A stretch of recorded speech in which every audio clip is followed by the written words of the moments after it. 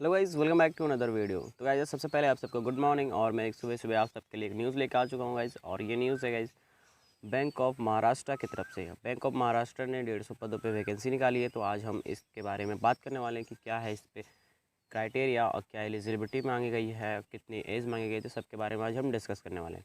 तो बने रहिए वीडियो में और चलिए स्टार्ट करते वीडियो को बिना किसी देरी के। तो गाइस यार ये वैकेंसी निकाली गई है बैंक ऑफ महाराष्ट्र की तरफ से, लेकिन आप किसी भी स्टेट से हैं, भारत के किसी भी स्टेट से, तो आप इस फॉर्म को अप्लाई कर पाएंगे। और इस जो पोस्ट का नाम है, पोस्ट है जर्नलिस्टिक पोस्ट ऑफिसर है गाइस। तो जर्नलिस्टिक ऑफिसर स्केल 2 का। तो स्केल 2 का मतलब ये है कि गाइस पीओ पहले होते हैं बैंक में, पीओ के ऊपर जो होता है स्केल 1 का ऑफिसर, उसके ऊपर जो होता है स्केल 2 का ऑफिसर। तो गाइस स्केल 2 का में पोस्टिंग आने वाली जो जो भी पोस्ट हैं, 150 पोस्ट टोटल स्केल 2 के ऑफिसर के लिए है। ओके गाइस, उसके बाद यहाँ पर आप सबका डिटेल जो है, एससी के लिए 22 पोस्ट, एसटी के लिए 11 पोस्ट एंड ओबीसी के लिए 40 पोस्ट, टोटल पोस्ट जो है 150 पोस्ट है गाइस। तो गाइस उसके बाद हम बात कर लेते हैं एलिजिबिलिटी क्राइटेरिया की। तो जो आप सबकी एलिजिबिलिटी क्राइटेरिया क्या होनी चाहिए कि आप सब बैचलर डिग्री, मतलब कि आप सबका ग्रेजुएशन कंप्लीट होना चाहिए और मिनिमम जो है 60% मार्क्स होने चाहिए आप सबके। तो और अगर आप SC ST OBC में आते हैं तो आप सबको 55 मार्क्स में ही चलेगा गाइस। यहाँ जैसे कि आप सब यहाँ पे देख पा रहे हैं, ये ऑफिशियल नोटिफिकेशन है, मैं जो दिखा रहा हूँ ये ऑफिशियल नोटिफिकेशन है। अगर आप सब खुद से इसे रीड करना चाहते हैं तो मैं वीडियो के डिस्क्रिप्शन बॉक्स में भी इसे दे दूँगा गाइस, वहाँ से आप सब इसे डाउनलोड करके खुद से रीड कर सकते हैं। तो ये सबसे पहले आप सबके पास बैचलर डिग्री होनी चाहिए और 60% मार्क्स यहाँ पर चाहिए। और अगर आप SC ST है तो आप सबको 55 मार्क्स में चलेगा गाइस। उसके बाद और अगर प्रोफेशनल क्वालिफिकेशन जैसे कि CA कर रखे हैं आपने और ICWA ये सब कर रखा है, रिकॉग्नाइज यूनिवर्सिटी भी होना चाहिए, रिकॉग्नाइज यूनिवर्सिटी। तो गाइस यार उसके बाद हम देखते हैं एक्सपीरियंस भी मांगता है इसमें। एक्सपीरियंस आप सबको देना होगा, अगर आपके पास एक्सपीरियंस है तो ही इसे आप इसके लिए एलिजिबल होंगे। तो आपके लिए पोस्ट क्वालिफिकेशन वर्क एक्सपीरियंस जो 3 साल का यहाँ पर मांगा गया है एक्सपीरियंस, की किसी भी बैंक से आप सबका 3 साल का एक्सपीरियंस होना चाहिए। उसके बाद मिनिमम एज जो है 25 साल और जो मैक्सिमम एज है 35 ईयर। तो 35 मतलब 25 से 35 साल के बीच में ही आप इस फॉर्म को अप्लाई कर पाएंगे।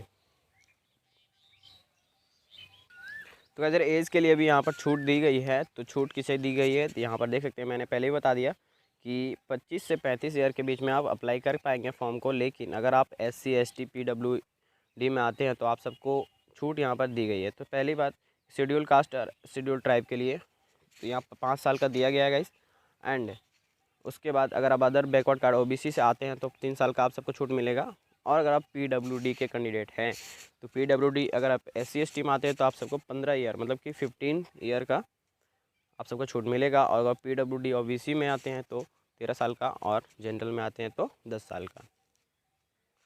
तो यार उसके बाद हम बात कर लेते हैं एग्ज़ाम पैटर्न के बारे में। तो एग्ज़ाम पैटर्न इसका कुछ ऐसे होने वाला है कि आप सबका इंग्लिश का होगा, चार लैंग्वेज में एग्ज़ाम होगा आप सबका। इंग्लिश, मैथ होगा गाइज, और रीजनिंग, और उसके बाद प्रोफेशनल नॉलेज का। तो यार जो इंग्लिश का होने वाला 20 मार्क्स का, उसके बाद मैथ का जो होगा 20 मार्क्स का, रीजनिंग का भी 20 मार्क्स का, और जो प्रोफेशनल नॉलेज जो होगा बैंकिंग के बारे में प्रोफेशनल नॉलेज होना चाहिए तो उसका 90 मार्क्स का। तो टोटल 150 मार्क्स का होगा गाइज। और टोटल जो नंबर भी होगा 150 होगा, और टोटल क्वेश्चन 150। तो और इसके लिए आप सबको टाइम 2 आवर के मिलेंगे, और 2 आवर में आप सबको 150 क्वेश्चन देखने हैं।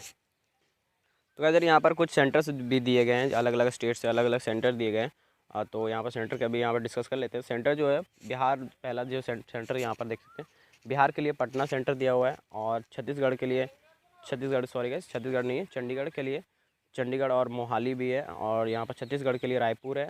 दिल्ली NCR के लिए यहाँ Delhi NCR and NCR cities. Okay. And Goa के लिए पणजी यहाँ पर दिया है। गुजरात के लिए अहमदाबाद, झारखंड के लिए रांची, कर्नाटका के लिए बेंगलुरु एंड केरला के लिए तिरुवनंतपुरम, मध्य प्रदेश के लिए भोपाल गई। तो इस प्रकार से इधर भी हैं महाराष्ट्र के लिए हम बहुत सारे स्टेट में, आप सब खुद देख सकते हैं, चेक कर लीजिएगा गाइस एक बार अब फॉर्म अप्लाई करने से पहले। तो गाइस यार इस फॉर्म को अप्लाई करने के लिए आप सबको जो फ़ी पे करना होगा, उस फ़ी का या मतलब फ़ी के बारे में भी बात कर लेते हैं। तो आप सबके लिए अगर नॉर्मल कैटेगरी से आते हैं तो आप सबको 1180 रुपये लगेंगे, 1180 rupees. And guys SC ST आप सब आते हैं तो SC ST के लिए ओनली 118 रुपीज़ लग रहे हैं। और गाइज आप सब PWD कैंडिडेट है तो कोई फ़ी नहीं लग रहा है। एंड वुमेन कैंडिडेट के लिए भी कोई फ़ी नहीं है। अगर ये सिर्फ मेल कैंडिडेट के लिए फ़ी लग रहा है और वुमेन कैंडिडेट है तो आप सबको फ़ी नहीं देना पड़ेगा। तो गाइस यार आशा करता हूँ कि सारी जानकारी इस वीडियो में आप सबको मिल चुकी होगी, और ये वीडियो आप सबको पसंद आई हो तो वीडियो को ज़रूर लाइक करें गाइस, और अपने फ्रेंड्स को भी शेयर करें। और अभी तक आपने हमारे चैनल को सब्सक्राइब नहीं किया तो इस चैनल को सब्सक्राइब करें, साथ ही बेल आइकन को प्रेस कर ले ताकि हमारी नेक्स्ट वीडियो का नोटिफिकेशन सबसे पहले आप तक पहुँच पाए। तो गाइस मिलते हैं अगले वीडियो में, तब तक के लिए बाय बाय, जय हिंद, जोहार झारखंड।